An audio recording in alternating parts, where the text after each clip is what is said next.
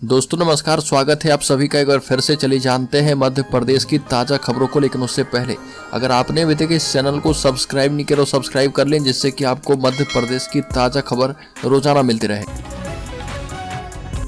सबसे पहली खबर, मोहन मंत्रिमंडल में ओबीसी को 43% हिस्सेदारी। क्षेत्रवार कद्दावर नेताओं को मंत्री बनाकर भाजपा ने लोकसभा चुनाव की जमावट कर दी है।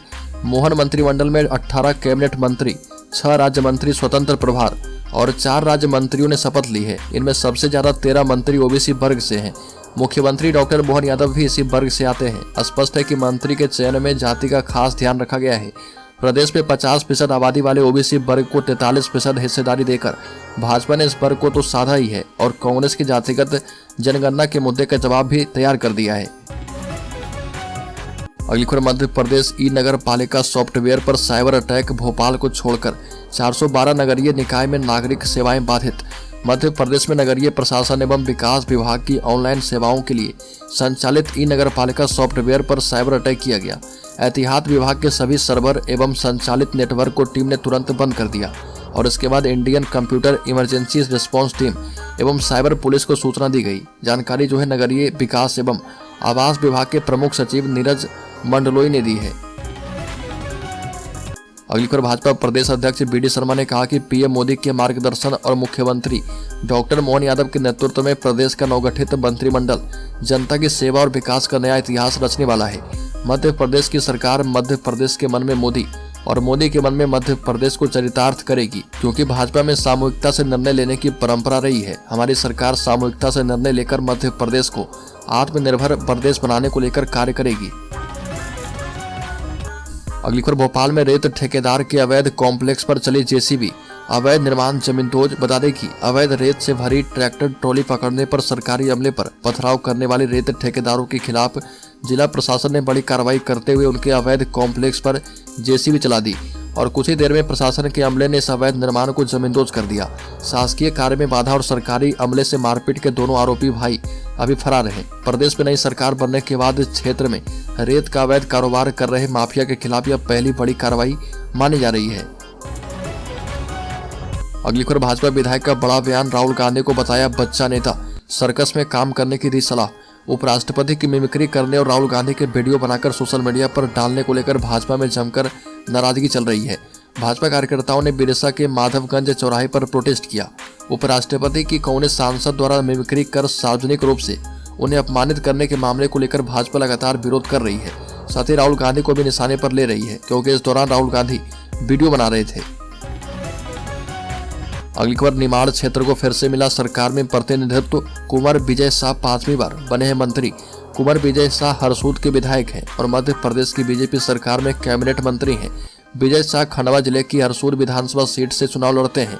लगातार 8वीं बार जीतकर विधानसभा पहुंचे हैं और सरकार में 4 बार मंत्री रह चुके हैं। इस बार उन्हें 5वीं बार मंत्री पद सौंपा गया है। एक बार फिर मध्य प्रदेश के निमाड़ क्षेत्र को प्रतिनिधि करने का मौका मिला है। अगली खबर, मध्य प्रदेश में फिर से हुई कोरोना की एंट्री। मुख्यमंत्री ने दिए निर्देश। मुख्यमंत्री मोहन यादव ने कहा कि कोविड के नए वेरिएंट को लेकर भारत सरकार ने जो भी दिशा निर्देश जारी किए हैं वह मैंने पूरे राज्य में लागू कर दी है। पहले भी प्रधानमंत्री मोदी जी के नेतृत्व में कोविड से हमें जीत मिली थी और ये भी कहा कि कोरोना के साथ ही दूसरी सभी बीमारियों से निपटने के लिए स्वास्थ्य विभाग पूरी दक्षता से काम कर रहा। इसके साथ ही लोगों से गाइडलाइन का पालन करने की अपील की गई। देश में कोरोना संक्रमण एक बार फिर से तेजी से फैल रहा। अगली बड़ी खबर, मध्य प्रदेश बोर्ड की वार्षिक परीक्षा के पहले होंगे प्रैक्टिस एग्जाम। घर ले जाने के लिए मिलेगी कॉपी और paper. Madhya Pradesh MP board की सरकारी और निजी स्कूलों में इस बार 10वीं और 12वीं की प्री बोर्ड परीक्षा नहीं होगी और इसके स्थान पर लोक शिक्षण संचालनालय द्वारा 9वीं क्लास से 12वीं क्लास तक के प्रैक्टिस पेपर करवाए जाएंगे।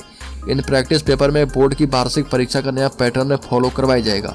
स्कूलों में प्रैक्टिस पेपर 8 जनवरी से 13 जनवरी के बीच होंगे और इसके लिए डीपीआई माध्यमिक शिक्षा मंडल की नवीन अंक योजना के आधार पर विद्यार्थी को 2-2 सेट के पेपर भेजेगा। अगली खबर, एक्शन मोड में मोहन यादव सरकार। मांस के बाद लाउड स्पीकर भी किए जाएंगे बंद। डीजे बजाने के लिए भी जल्द जारी होंगे नए नियम। बता दें कि विभिन्न जिलों में ध्वनि प्रदूषण कम करने के लिए जिला प्रशासन द्वारा गठित दलों ने पुलिस और नगर निगम के सहयोग से कार्रवाई शुरू कर दी है। और बता दें कि विभिन्न दलों द्वारा धार्मिक स्थलों पर बैठक करने के साथ ही लाउड स्पीकर की संख्या, आवाज दोनों कम करवाई जा रही है। साथ ही शासन के नियम पालन करने के लिए समझाइश दी जा रही है। सचिवालय न्यायालय की गाइडलाइन एवं मध्य प्रदेश सरकार के आदेश का पालन करने की दिशा में कलेक्टर आशीष सिंह ने निर्देश दिए हैं। जानकारी के मुताबिक धार्मिक स्थलों एवं अन्य स्थानों में ध्वनि विस्तारक यंत्रों के अनियंत्रित एवं नियम विरुद्ध प्रयोग पर नियंत्रण के संबंध में निगरानी दलों ने 34 थाना क्षेत्र में 462 धार्मिक स्थलों पर बैठक करके निर्देश दिए हैं। अगली खबर, धीरेन्द्र शास्त्री ने कहा कि सांता को सांता कुंज भेज दो, वो रामनवमी नहीं मनाते, हम फिर उन्हें क्यों मनाएं। पंडित धीरेन्द्र शास्त्री ने कहा कि हम किसी की बुराई नहीं कर रहे, हम किसी धर्म के विरोध में नहीं हैं, हम अपने धर्म का प्रचार कर रहे, किसी को बुरा लगे चाहे मिर्ची हो, हम उस पर ध्यान नहीं देंगे। मध्य प्रदेश के कटनी जिले में आश्रम के भूमि पूजन में शामिल होने बाबा बागेश्वर धाम के पीठाधीश्वर धीरेन्द्र शास्त्री पहुंचे थे और क्रिसमस को लेकर एक विवादित बयान दे दिया। कटनी जिले के कुठवाला क्षेत्र में आश्रम के भूमि पूजन कार्यक्रम के मौके पर धीरेन्द्र शास्त्री ने सनातन की अलग जगाते हुए कहा कि पर्चा तो एक बहाना है, असलियत में भारत के हिंदुओं को जगाना है। क्रिसमस डे पर धीरेन्द्र शास्त्री ने कहा कि सांता क्लॉज को सांता कुंज भेज दिया जाए और 25 तारीख सांता क्लॉज आएगा, टॉफी लाएगा, ठठरी के बंधे रहो। वो सिर्फ 2% है, जब वह रामनवमी नहीं मना सकते तो हम 98% हिंदू सांता क्लॉज क्यों मनाएं। अगली खबर, मोहन कैबिनेट में 11 मंत्री ओबीसी, 9 सामान्य वर्ग और 4 SC ST। मध्य प्रदेश में मुख्यमंत्री मोहन यादव के मंत्रिमंडल का विस्तार हुआ। राज्यपाल मंगूभाई पटेल ने राजभवन में आयोजित समारोह में मंत्रिमंडल के 28 सदस्यों को पद एवं गोपनीयता की शपथ दिलाई और मोहन कैबिनेट में प्रहलाद पटेल, कैलाश विजयवर्गीय, राकेश सिंह और उदय प्रताप सिंह जैसे बड़े चेहरे को जगह दी गई। बता दें कि मंत्रिमंडल में शामिल प्रहलाद पटेल और 11 मंत्री ओबीसी हैं। सामान्य वर्ग से 9 मंत्री शामिल हुए हैं। अगली खबर, मध्य प्रदेश में मंत्रिमंडल विस्तार को लेकर शिवराज सिंह चौहान ने कहा कि मध्य प्रदेश का सौभाग्य है कि अटल जी की जयंती पर नई सरकार आकार ले रही है। मंत्रिमंडल में अनुभव की भट्टी में पके वरिष्ठ राजनेता और युवा जो हैं जोश शामिल है। मंत्रिमंडल पूरी तरह संतुलित और क्षेत्रीय आवश्यकताओं को ध्यान में रखकर बनाया गया है। पीएम मोदी जी के मार्गदर्शन और मुख्यमंत्री मोहन यादव जी की अगुवाई में नई सरकार जो है प्रदेश को सुशासन देगी।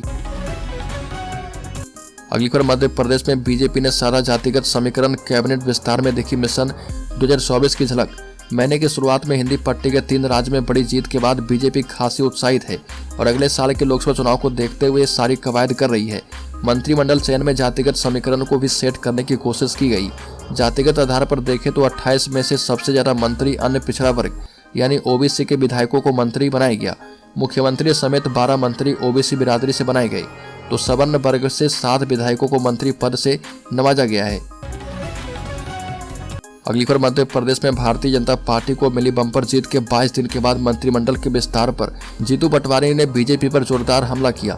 जीतू पटवारी ने कहा कि नए मंत्रिमंडल के सदस्य को बधाई, लेकिन बीजेपी ने इस चुनाव में प्रदेश की जनता के साथ बहुत बड़ा धोखा किया।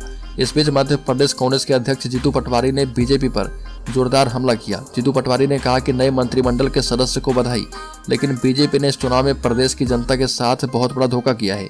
जीतू पटवारी ने कहा कि मध्य प्रदेश में पहली बार चुनाव किसी और के चेहरे पर लड़ा गया और पूरे चुनाव में लाडली बहना योजना के जरिए खूब वाहवाही लूटी गई। भैया, मामा और बहन का रिश्ता बनाया गया और यह सब करके मुख्यमंत्री का चेहरा किसी और को दिखाया गया और फिर मुख्यमंत्री किसी और को बना दिया गया। अगली खबर, शिवपुरी, गुना, अशोकनगर को इस बार नहीं मिला कोई मंत्री पद। 12 में से 8 सीटों पर जीती थी भाजपा।